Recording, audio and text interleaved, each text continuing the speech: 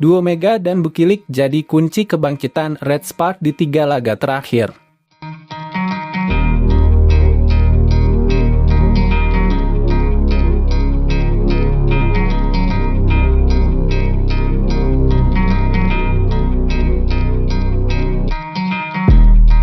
Jika di musim lalu Red Spark sempat mencuri perhatian lewat trio MSG, mereka yakni Mega, Lee Soyoung, dan juga Gia.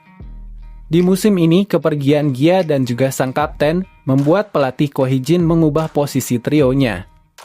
Di awal musim ia sempat mencoba trio Bukilik, Mega, dan Pyo Seung-ju. Hasilnya sempat bagus di turnamen pramusim KOFO. Tapi sayang, trio ini sepertinya tak secara konsisten menghasilkan performa yang positif. Red Spark sempat 4 kali kalah beruntun dan itu kenapa perubahan dinilai harus dilakukan di mana salah satunya menarik Pyo Seung-ju untuk lebih fokus bertahan dan hanya mengandalkan duo tower mereka Mega dan Bukilik untuk menyerang. Keputusan ini terbukti tepat saat di 3 laga terakhir Red Spark selalu berhasil meraih kemenangan. Ada yang menarik dari apa yang ditunjukkan tim Red Spark musim ini, terkhusus dalam 6-10 laga terakhir mereka. Jadi saat Red Spark bermain dengan 3 penyerang, di mana artinya bola-bola serangan akan dibagi pada Mega, Bukilik dan juga Pyo Seung-ju, maka Red Spark kebanyakan akan kalah. Seperti di laga kontra AI Peppers. Saat itu Pyo Seung-ju sukses membuat 12 poin, angka yang menunjukkan bahwa ia cukup sering mendapatkan kesempatan untuk melakukan serangan. Tapi sayang saat itu Red Spark justru kalah dengan skor 3-1. Hal yang juga terjadi di laga kontra Hyundai Hill State, di mana meski Pyo Seung-ju membuat 14 poin, tapi yang ada Red Spark justru kalah. Menurut kami dengan memasang trio atau 3 penyerang, kesempatan Bukilik dan Mega untuk menampilkan performa terbaik mereka dan lebih banyak mendapatkan kesempatan menyerang jadi kurang. Dan itu kenapa di 3 laga terakhir perubahan dilakukan pelatih Ko Hee-jin dengan mengubah peran Pyo Seung-ju untuk lebih fokus bertahan dan memberikan peran pada Bukilik untuk lebih besar dalam menyerang menemani sosok Mega, sehingga menghilangkan trio lini serang untuk membentuk duo Twin Tower Mega Bukilik. Keputusan dari Ko Hee-jin itulah yang pada akhirnya menghasilkan hasil yang positif dan tepat. Pasalnya Bukilik bisa lebih fokus untuk menyerang, dan itu terbukti saat dalam 3 laga terakhir Buki tampil luar biasa, dengan mencatatkan tingkat keberhasilan serangan yang jauh lebih tinggi, yakni 22 poin dengan 51 tingkat keberhasilan serangan di laga kontra IBK Altos, 27 poin dengan tingkat keberhasilan 48, 9 di laga kontra Hipas di kandang. Dan terbaru ia sukses mencatatkan poin tertingginya di musim ini bersama Red Spark, yakni 35 poin dengan tingkat keberhasilan 44,4% di laga kontra Hipas di kandang lawan.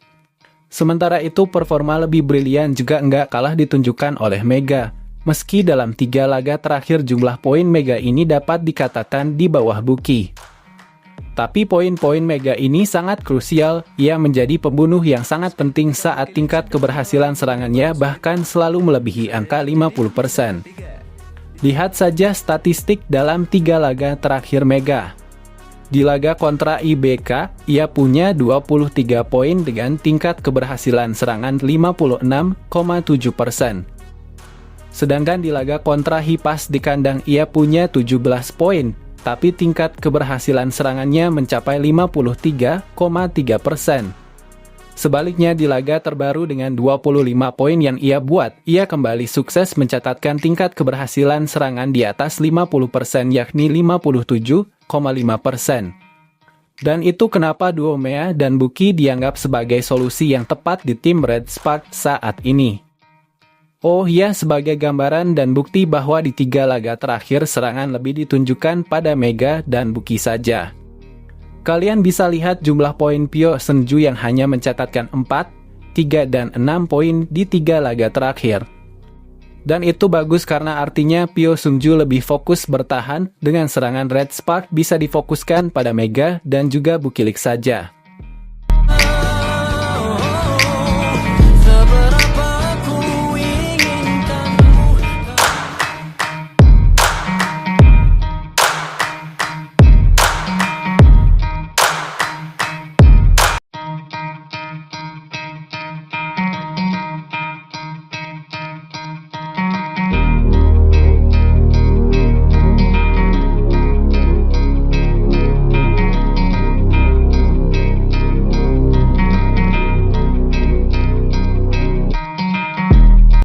Harga Kang Sohwi tak sebanding dengan kualitas Mega. Uang segitu bisa membeli 6 Mega. Seakan jadi patokan, semua klub kualitas Mega mulai dianggap mengerikan. Red Spark memenangkan pertandingan kandang melawan Hipes 2024-2026 V-League Road Corporation yang diadakan di Dajon Chumbu Gymnasium pada 4 Desember dengan skor set 3-0. Secara khusus ini merupakan kemenangan yang berharga. Karena kemenangan pada hari ini memungkinkan mereka mengejar posisi ketiga IBK Altos dengan selisih 3 poin. Bukilik pemain bagus dengan mencetak 27 poin terbanyak di tim dan Mega juga berkontribusi dengan 17 poin. Setar awal Yoon Hye-son juga menunjukkan performa yang bagus. Mencatat 12% dan server 1 poin. Namun mengecewakan karena pemblokir tengah Hoyung Jong dan Young Jim masing-masing hanya mencetak 7 dan 3 poin. Di sisi lain, Hipas kesulitan dengan Kim Se-bin mencetak 11 poin. Termasuk poin tertinggi pribadinya sebesar 8 blok dan Kang Sohwi mencetak 10 poin. Kemenangan telah Red Spark versus Hipas tentu membuat Hipas semakin terpuruk di klasemen akhir V-League dengan mengoleksi 4 kekalahan beruntun. Memang bisa dibilang musim ini V-League penuh dengan kejutan, di mana semua tim sama-sama memiliki kualitas yang unik. Nama-nama klub seperti AI Papers serta Hipas yang digadang-gadang bisa memperbaiki posisi mereka setelah menghabiskan banyak uang di bursa transfer, ternyata hasilnya di luar dugaan. Saat ini dengan rentetan pemain yang telah dipilih oleh pelatih dikatakan ini adalah blunder besar menurut fans Hipas dilakukan manajemen, di mana mereka membelikan Sohwi dengan harga yang tak masuk akal, sehingga membuat beban berat bagi Kang Sohwi untuk bisa menebus itu. Hasilnya sejauh ini Kang Sohwi belum terlihat memperbaiki gaya bermainnya dan tak mampu menjadi pembeda di dalam lapangan. Setelah kalah dari Red Spark, fans Hipas membandingkan harga Megawati dan Kang Sohwi yang tak sebanding. Namun kualitas Mega jauh di atas Kang Sohwi. Harga Kang Sohwi bisa beli 6 Megawati, ini adalah pukulan telak dari manajemen yang tak mengindahkan kuota Asia mereka. Dan hasilnya mereka harus kembali menjilat ludah mereka sendiri dengan memanggil Tanacha untuk mengisi slot pemain Asia di pertengahan musim nanti. Tentu rivalitas kemarin membuktikan bagaimana Mega menghabisi Kang Sohwi di atas lapangan. Spike Mega membuat Kang Sohwi sangat emosi. Megatron tak kesulitan membuat mental pemain mahal V-League itu down. Perlu kalian ketahui Red Spark merupakan tim yang tak punya pemain mahal. Namun kualitasnya bisa menandingi semua klub dengan harga tinggi di V-League. Sejauh ini aksi Kang Sohwi masih jauh di bawah ekspektasi karena banyak anggapan ia bisa menggantikan Kim Yong-kung. Tak hanya itu, masalah Hipas selanjutnya ada pada pemain asing mereka yaitu Nikolova yang sejauh ini sudah tertinggal cukup jauh pencapaiannya dari pemain asing lainnya.